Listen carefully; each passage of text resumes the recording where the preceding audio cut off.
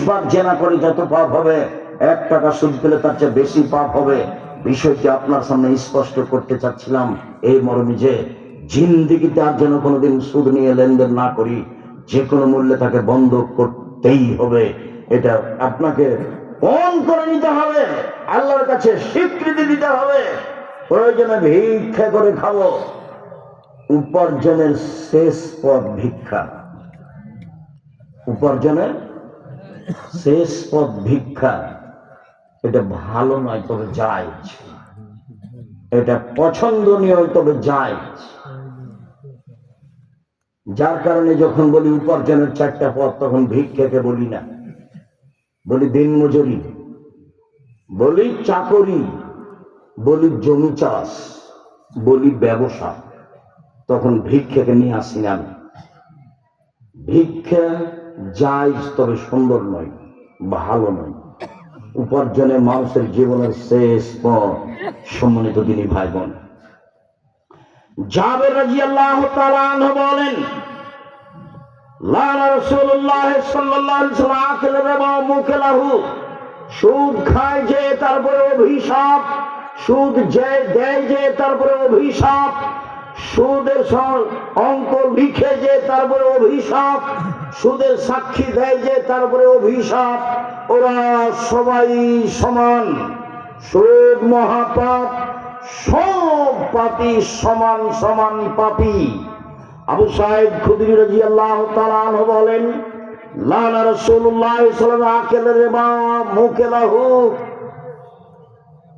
ওয়াল ওয়াসিলাতা ওয়াল মুস্তাওসিলাতা ওয়াল ওয়াসিমাতা ওয়াল মুস্তাওসিমাতা ওয়াল মুতানাম্মিসাত ওয়াল মুসাব্বিরা। রাসূল সাল্লাল্লাহু আলাইহি ওয়াসাল্লাম বলেন, পৃথিবীর মানুষ শুনে রেখো, সুদ খায় যে তার উপরে অভিশাপ, সুদ যে দেয় যে তার উপরে অভিশাপ। যেসব মহিলারা শরীরে উল্কি করে নেয়, উল্কি বুঝেন কিনা, ওই যে ট্যাটু, এই ট্যাটু চিরদিনের জন্য হারাম। মাথায় পরচুলা ব্যবহার করা হারাম, পরচুলা ব্যবহার করে চুল বেশি দেখানো, খোপা বড় করা হারাম। ভুরু তুলে চিকন করা মহিলাদের জন্য চিরদিনের জন্য হারাম। দাঁত ছিলে চিকন করা মহিলাদের ব্যাপারে চিরদিনের জন্য হারাম। তারা কি বুঝে, কিভাবে চলে, কি দিয়ে বুঝায় আপনাকে আমি? সত্যবাদী ব্যবসায়ী নবীর সাথে থাকবেন, এই কথা বলেছেন আল্লাহর নবী। আবার মুহাম্মদ সাল্লাল্লাহু আলাইহি ওয়াসাল্লাম বলছেন, পৃথিবীর মানুষ শুনে রেখো, কেউ যদি 2টা মেয়ের লালন পালন করতে পারে, মান আলাক জারিয়াতাইনে, কেউ যদি 2টা মেয়ের লালন পালন করতে পারে, সে পিতা আর আমি জান্নাতে একসাথে ভাবে থাকবো। তখন আঙ্গুল জমা করে দিলেন। লোকটা বলেছিলেন, ওজুর পানি নিয়ে এসেছি, মেসক নিয়ে এসেছি। সাহাবী বললেন, আল্লাহ রাসূল খুশি হয়ে বললেন, চাও, কি চাও? সাহাবী বললেন, আপনার সাথে থাকতে চাই। আল্লাহ রাসূল বললেন, না, অন্য কিছু চাও? তখন সাহাবী বললেন, ওইটাই চাই। তখন আল্লাহ রাসূল বললেন, তাহাজ্জুদ পড়ে আমাকে সাহায্য করো, আমি সরাসরি তোমাকে সাথে নিয়ে থাকতে পারবো না। এবার আল্লাহ রাসূল বলছেন, 2টা মেয়ের যদি কেউ লালন পালন করে, সেই পিতা আর আমি জান্নাতে একসাথে ভাবে থাকবো। কি লালন পালন? তখন আল্লাহ রাসূল বলছেন, মান আল্লামাহুন্না, যে মেয়েকে বিদ্যা শিখিয়ে দিতে পারলো, ওয়া আদাবাহুন্না, তাকে শিষ্টাচার শিখিয়ে দিতে পারলো, ওয়া আহসানা ইলাইহিন্না, তার সাথে ভালো আচরণ করলো, ওয়া জাওয়াজাহুন্না, তার বিবাহ শাদী দিয়ে দিল। তখন সেই পিতা নবীর সাথে একসাথে এভাবে থাকবেন। বিদ্যা শিখিয়ে দিল, ভালো কথা, শিষ্টাচার শিখিয়ে দিল। শিষ্টাচার কাকে বলে? নখ বড় আছে সেটাই কি শিষ্টাচার? নখে নেইল পালিশ আছে সেটাই কি শিষ্টাচার? ইহুদি খ্রিস্টানদের পতিতালয়ের মেয়েরা নখে নেইল পালিশ দেয়, ইহুদি খ্রিস্টানদের পতিতালয়ের মেয়েরা নখে নেইল পালিশ দেয়, ইহুদি খ্রিস্টানদের পতিতালয়ের মেয়েরা নখে নেইল পালিশ দেয়। হিন্দু মেয়েরা কপালে টিপ দেয়। হিন্দু মেয়েকে বিবাহ করার 10টি পদ্ধতি আছে, তার নামে আর একটি পদ্ধতি রাক্ষসী বিবাহ। তার নাম হলো রাক্ষসী বিবাহ। মেয়ের পিতা বিবাহ দিবে না, জোর করে ছেলেটা যদি মেয়েটার কপালে টিপ দিতে পারে তাহলে বিবাহ হয়ে গেছে, তার নাম রাক্ষসী বিবাহ। এখন মুসলমানের মেয়েরা কপালে টিপ দেয়, এইটা কোন শিষ্টাচার? বাপ কি শিখালো মেয়েকে? সামনের চুল ছোট আছে, এটাই কি শিষ্টাচার? ভ্যানিটি ব্যাগ হাতে করে ফ্যাশন বোরকা পরে বাজারে চলে যাচ্ছে, এটাই কি শিষ্টাচার? ওর বাপ মরেছে? এই মেয়ে, তোমার বাপ কি মরেছে? তোমার শ্বশুর মরেছে? তোমার ভাই মরে গেছে? তোমার বোনের ছেলে মরে গেছে? তোমার ভাইয়ের ছেলে মরে গেছে? তুমি কি একাই পৃথিবীতে আছো? তুমি বাজারে গেলে কেন? কোন শরমে যাও? তোমার লজ্জা হয় না কেন? তোমার হায়া হয় না কেন? তোমার শরম হয় না কেন? তুমি নিজেকে মহিলা মানুষ মনে করো না কেন? ফ্যাশন বোরকা পরে তুমি বাহিরে যাও কি করে? তোমার বাপ তোমাকে শিষ্টাচার শিখায়নি। তোমার বাপই জানে না শিষ্টাচার কাকে বলে। জন্ম দিতে পারলে বাপ হওয়া যায় না, ক্ষমতার নাম বাপ। জন্ম দিতে পারলে বাপ হওয়া যায় না, ক্ষমতার নাম বাপ। এক মিনিট, যদিও কথার শেষের দিকে চলে আসছি, অনেক আলোচনা লম্বা, কিন্তু সময় লম্বা নয়। সম্মানিত দিনী ভাই বোন, যখন এই কথা আসে তখন আমার কষ্ট হয়। আমি আপনাকে প্রকৃত বাপ দেখাতে চাই। যদি আপনার পরিবর্তন হয় ভালো, যদি পরিবর্তন না হয় তাহলে কিছু করার নাই, বুঝতে হবে ভাগ্য টলে গেছে। তাই আমরা মেয়ের পরিবর্তন কিছু করার চেষ্টা করতে পারি না। শুনুন, আয়েশা রাদিয়াল্লাহু তাআলা আনহা বলেন, সফরে ছিলাম, হঠাৎ গলার হার হারিয়ে গেল। বড় বোন আসমার হার নিয়ে এসেছিলাম, খুঁজেও পায় না, যেতেও পারি না, আটকা পড়ে গেলাম, বড় বিপদে। সলাতের টাইম হয়ে গেছে, পানি নিয়ে উঁচু করতে পারি না। জনগণ আমার আব্বাকে বলল, কি ঘটনা জানেন? কি হয়েছে? আপনার মেয়ে হার হারিয়েছে, খুঁজে পাচ্ছি না, যেতেও পারি না, এখানে পানিও নাই, উঁচুও করতে পারি না, সলাত আদায় করতে পারি না। আয়েশা রাদিয়াল্লাহু তাআলা আনহা বলেন, যা ইলাইয়া আবু বকর। আবু বকর আমার নিকটে আসলেন, আমার কোমরের উপরে খুব জোরে মারলেন, এত জোরে মারলেন। ওই সময় আমার উরু রানের উপরে আমার স্বামী মাথা দিয়ে ঘুমিয়েছিলেন। আমার স্বামী আমার উরু রানের উপরে মাথা দিয়ে না ঘুমাইলে আমি মারের কারণে দূরে চলে যেতাম, এত জোরে মারলেন। ওই পরিবেশ আর আমাদের পরিবেশ একটু বুঝায়। এক মিনিট, একদিকে এক খেলে চেয়ে থাকবেন, পাখি যেন মনে করে আপনি পাথর। আমাদের দেশে যদি কোন বাপ যায় মেয়ের ঘরে, আর গিয়ে যদি দেখে যে জামাই মেয়ের উরু রানের উপরে মাথা দিয়ে ঘুমিয়ে আছে, তাহলে বাপ ওখানে না গিয়ে এইভাবে পাল্টা ঘুরবে। কথাটা বুঝতে পারলেন না? পরিবেশটা ওদের কাছে এটা নেই। দেখছেন যে মেয়ের উরু রানের উপরে জামাই মাথাটায় ঘুমিয়ে আছে, ওই সময় তিনি মেরে দিলেন। আয়েশা বলছেন, এত জোরে মারলেন, খুব জোরে মারলেন, পৃথিবীর সবচেয়ে বড় মানুষ মারলেন। নবী রাসূল ব্যতীত পৃথিবীর ইতিহাসে আবু বকর সিদ্দিক রাদিয়াল্লাহু তাআলা আনহুর চেয়ে বড় মানুষ, সম্মানী মানুষ কেউ নেই। দুই, পৃথিবীর সবচেয়ে বড় মহিলাকে মারলেন। তিন, সবচেয়ে বড় মানুষের সামনে মারলেন, দিন দুপুরে মারলেন, 1400 মানুষের সামনে মারলেন, হাত দিয়ে মারলেন, বিবাহদারী মেয়েকে মারলেন, পূর্ণ যুবতী মেয়েকে মারলেন, জামাইয়ের সামনে মারলেন, সবচেয়ে বড় মানুষে মারলেন। আবু বকর সিদ্দিক রাদিয়াল্লাহু তাআলা নিজে মারলেন, সবচেয়ে বড় মহিলাকে মারলেন, আয়েশা রাদিয়াল্লাহু তাআলা আনহাকে মারলেন, সবচেয়ে বড় মানুষের সামনে মারলেন, মুহাম্মদ সাল্লাল্লাহু আলাইহি ওয়াসাল্লামের সামনে মারলেন, জামাইয়ের সামনে মারলেন, বিবাহদারী মেয়েকে মারলেন। বিবাহদারী মেয়েকে আপনারা বুঝেন? বিবাহদারী মেয়েকে মারলেন, পূর্ণ যুবতী মেয়েকে মারলেন, খোলা মাঠে মারলেন, দিন দুপুরে মারলেন, 1400 মানুষের সামনে মারলেন। এত বড় বাপে এত বড় বেটিকে এত বড় মানুষের সামনে সামান্য ব্যাপারে মেরে দিলেন। আর আপনার মেয়ে ক্লাস 10-এ পড়ে ঢং ঢং করে হাসার ঘুরে বেড়াই, আপনি তাকে একটা ধমকও দিতে পারেন না।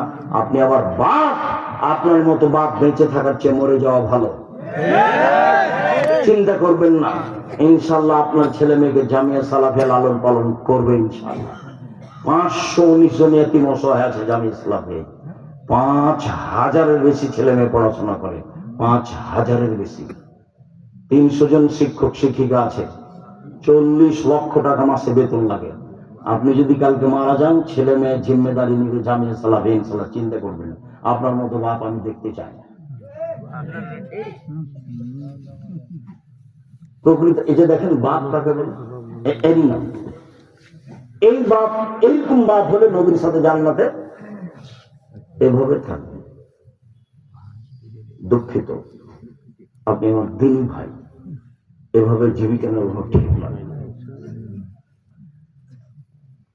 আবু সাইদ খুদরি রাদিয়াল্লাহু তাআলা আনহু বলেন, যা বেলাল তোমারি বরনি, বেলাল রাদিয়াল্লাহু তাআলা খায়বার থেকে বেশ কিছু দামি খেজুর নিয়ে আসলেন। তখন আল্লাহ রাসূল বলছেন, বেলাল এই খেজুর কোথায় পেলে? তখন বেলাল রাদিয়াল্লাহু তাআলা বলছেন, বেতো সাইনে বে সাইন, আল্লাহ রাসূল এগুলো দুই সা দিয়ে এক সা কিনেছি। ইন্দানা তামারুন রাদিউন, আমাদের কাছে ছিল কীট দুর্বল খেজুর। আপনারা কি কীট বুঝবেন? মানে যেগুলো ফেলে দেওয়া হয়, ভালো নয়। মানে কি আম, চাঁপা নবগঞ্জের লোক আম বুঝবে, আপনারা বুঝেন ধানের যেগুলো পাতান, যেগুলো ধান ফেলে দেওয়া হয়, মানে ওতে দিয়ে নাই, চাউল নাই ভিতরে, চিটা পাতা। তো আল্লাহ নবী আমাদের কাছে দুর্বল সাইজের, যেগুলো বাজারে বিক্রি হয় না তেমন, সেগুলো খেজুর ছিল। সেগুলো 2 সা দিয়ে 1 সা নিয়েছি, 5 কেজি দিয়ে 2.5 কেজি নিয়েছি, 5 কেজি দিয়ে 2.5 কেজি নিয়েছি। তখন আল্লাহ রাসূল বলছেন, ও হাইনুর রেবা, ও এটাই তো আসল সুদ, ও এটাই তো আসল সুদ। করেছো কি? এটা বিক্রি করো, ওই টাকা দিয়ে ভালো খেজুর কিনো। সাবধান, লবণের বিনিময়ে লবণ সমান সমান, স্বর্ণের বিনিময়ে স্বর্ণ, ইয়াদান বেয়াদিন সাওয়ান বেসাওয়াইন, সমান সমান। চাঁদির বিনিময়ে চাঁদি সমান সমান, গমের বিনিময়ে গম সমান সমান, জবের বিনিময়ে জব সমান সমান। লা তাসুফু বাজান লাবাজিন, একটা আর একটার উপরে বেশি করো না, কমবেশ করো না। জিন্স পরিবর্তন হলে কমবেশ জায়েজ। 1 মণ গম দিয়ে 2 মণ জব কিনো, সমস্যা নেই, কিন্তু 1 মণ গম দিয়ে 1 মণ, 1 কেজি, হাফ কেজি, 100 গম নিও না। এটাই সুদায় ছাড়া হুবাহু টাকা বাড়ে, তার নাম সুদ। 1 কেজি গম দিয়ে 1 কেজি নিতে হবে, 1 কেজি গম দিয়ে 1 কেজি 100 গম নেওয়া যাবে না, এটা সুদ। তাহলে গমের উপরে জুলুম হবে। টাকা দিয়ে টাকাই নিতে হবে, সমান সমান বেশি নেওয়া যাবে না, নিলেই হবে জুলুম, তার নাম সুদ। সম্মানিত দিনী ভাই বোন, লাইফ খুলো জানাত লাহমুন নাবাতা মিনাস সুহতে, যে শরীর হারাম উপায়ে বড়ে সুদের টাকায়, সে শরীর জান্নাতে যাবে না। কুল্লু লাহমিন নাবাতা মিনাস সুহতে কানাতিন নার আওলা বিহি, যেসব শরীর হারাম উপায়ে বাড়ে তার জন্য জাহান্নাম যথেষ্ট। যেসব ছেলে মেয়ে ব্যাংকের লোনে জীবিকা নির্বাহ করে, বাড়ি গাড়ি, এদের জন্য এই শরীর জান্নাতে যাবেন, এটা হারাম। লাইফ খুলো জান্নাতে জাসাদুন গুদিয়া বিল হারাম, ওই শরীর জান্নাতে যাবে না যেই শরীর হারাম উপায়ে বাড়ে, লোনের টাকা নিয়ে ব্যবসা করে, এই টাকা দান করলে এতে নেকি হবে না, এই দোয়া কবুল হবে না।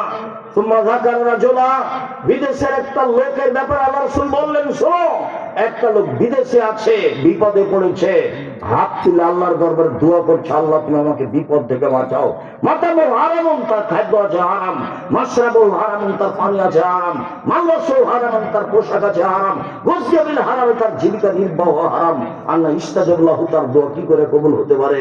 তার দোয়া কবুল হবে না। হারাম উপায়ে জীবিকা নির্বাহ জাহান্নামে যাবে, হারাম উপায়ে পয়সা উপার্জন করে দান করে লাভ হবে না 1 পয়সাও। সম্মানিত দিনী ভাই বোন, অল্প হলেও বৈধ ব্যবসা করেন, শুনুন 4টা পথ। 1 5 ওয়াক্ত সালাত, 2 হালাল রুজি, 3 কোরআন তেলাওয়াত, 4 আড্ডা পিটা চিরদিনের জন্য হারাম। ইকরাহুল কালাম বাদাল ইশায়, ইকরাহুন নাম ক্বাবলাল ইশায়। রাসূল সাল্লাল্লাহু আলাইহি সাল্লাম এশার সালাতের পরে কথা বলা ঘৃণা করতেন। রাসূল সাল্লাল্লাহু আলাইহি সাল্লাম এশার সালাতের পূর্বে ঘুমিয়ে যাওয়াকে ঘৃণা করতেন। রাসূল সাল্লাল্লাহু আলাইহি সাল্লাম এশার সালাতের পরে কথা বলাকে ঘৃণা করতেন, এশার সালাতের পূর্বে ঘুমিয়ে যাওয়াকে ঘৃণা করতেন। শুনুন, আড্ডা পিটা চিরদিনের জন্য হারাম। আড্ডা পিটা 2 ধরনের। 1, মোবাইলের ল্যাংটা মেয়ে দেখে সময় কাটাচ্ছে, দুই, দোকানে বসে গল্প করছে, মাথায় টুপি আছে, আর একজনের বদনাম করছে, কে চেয়ারম্যান, কে এমপি, কে কত টাকা মেরে খেলো, যার জন্য একদিন সাংবাদিক এসেছে জামিয়া সালাফে। তা আমি তো সাধারণত এইসব মানুষের সাথে কথা বলি না, হঠাৎ করে আমি অফিসে কাজে আছি, চলে এসেছি, তখন আমার সাথে কথা বলবো না, বলো। তখনও কিছু ঘটনা জানতে চাচ্ছে আগেকার। তো আমি বলছি, তুমি রুজি উপার্জনের জন্য অন্য পথ পাও না, ভিক্ষা করে খাও, অন্য পথ না হয়। রাসূল সাল্লাল্লাহু আলাইহি ওয়াসাল্লাম বলেছেন, মান সাতারা মুসলিমান সাতারা আল্লাহু ফিদ দুনিয়া ওয়াল আখিরাহ। কেউ যদি মানুষের দোষ ত্রুটি গোপন রাখে, তাহলে আল্লাহ তার দোষ ত্রুটি কি করবেন? গোপন রাখবেন, ইহকালে ও পরকালে। তুমি একটা ঘটনা কবে ঘটেছে সেইটা কেন জানতে চাও, সেটা তুমি পেপার পত্রিকায় দেয়, কেমন এটা হয়? আল্লাহ তাআলা বলছেন, পৃথিবীর মানুষ, তোমরা মানুষের দোষঘাত দোষ ত্রুটি উদ্ঘাটন করো না। রাসূল সাল্লাল্লাহু আলাইহি ওয়াসাল্লাম বলছেন, হিয়াতু দান্না ফাইনা দান্না আদাবুল হাদিস, ধারণা থেকে বেঁচে থাকো, ধারণায় সবচেয়ে বড় মিথ্যা। ওয়ালা তাহাসসু ওয়ালা তাজাসসু, পৃথিবীর মানুষ, তোমরা মানুষের গোপন কথা কান লাগিয়ে শোনো না। পৃথিবীর মানুষ, তোমরা মানুষের দোষ ত্রুটি উদ্ঘাটন করো না। এক মিনিট, এই ছেলে বিচারের মাঠে আল্লাহ একটা লোককে নিয়ে আসবেন, তার নিজের বাহু দিয়ে তাকে অন্তরাল করবেন, অন্য মানুষ যেন না দেখে। অন্তরাল করে বলবেন, দেখো তো এগুলি কি তোমার পাপ, তুমি চিনতে পারো? জি চিনতে পারি, এগুলো আমারই। তুমি কি মনে করো যে আমার ফেরেশতারা অন্যায় করেছে? জি না, তা বলি না। তুমি কি আমাকে কিছু বলতে চাও? জি না, আমি কিছু বলতে চাই না। তখন আল্লাহ বলবেন, শোনো, তোমার একটা কাজ আছে, তুমি মানুষের দোষ ত্রুটি ঢেকে রাখতে, প্রকাশ করতে না। তো মানুষে যদি তুমি মানুষের দোষ ত্রুটি ঢেকে রাখতে পারো, আমি আল্লাহ তোমার পাপ ঢেকে রাখতে পারি না? যাও, তোমার পাপ ঢেকে দিলাম, তুমি জান্নাতে যাও। উপদেশ বইয়ের প্রথম আলোচনাতে হাদিস আছে, আপনার জন্য লিখেছিলাম। 30 বছর থেকে 35 বছর থেকে বলছি, জাতির যদি রাস্তাঘাট করে দিতে না পারি, জাতির যদি স্কুল কলেজ করে দিতে না পারি, জাতিকে চূড়ান্ত সঠিক ধর্ম দিতে পারবো ইনশাল্লাহ। ধর্মের ব্যাপারে জাতিকে ফাঁকি দিয়ে পরকাল হারাতে রাজি নই, এই হিসাব মাথায় নিয়ে ঘুরি না। শুনুন, মনে বড় সাপ, এই দেশের মাটিতে উন্নত মানের প্রতিষ্ঠান বলবো ইনশাল্লাহ, যেখানে ছেলে মেয়ে বাংলা, ইংরেজি, আরবি উন্নত মানের শিক্ষা অর্জন করে জাতির অন্যায়ের বিরুদ্ধে লড়বে, মুখে কলমে মিডিয়ায়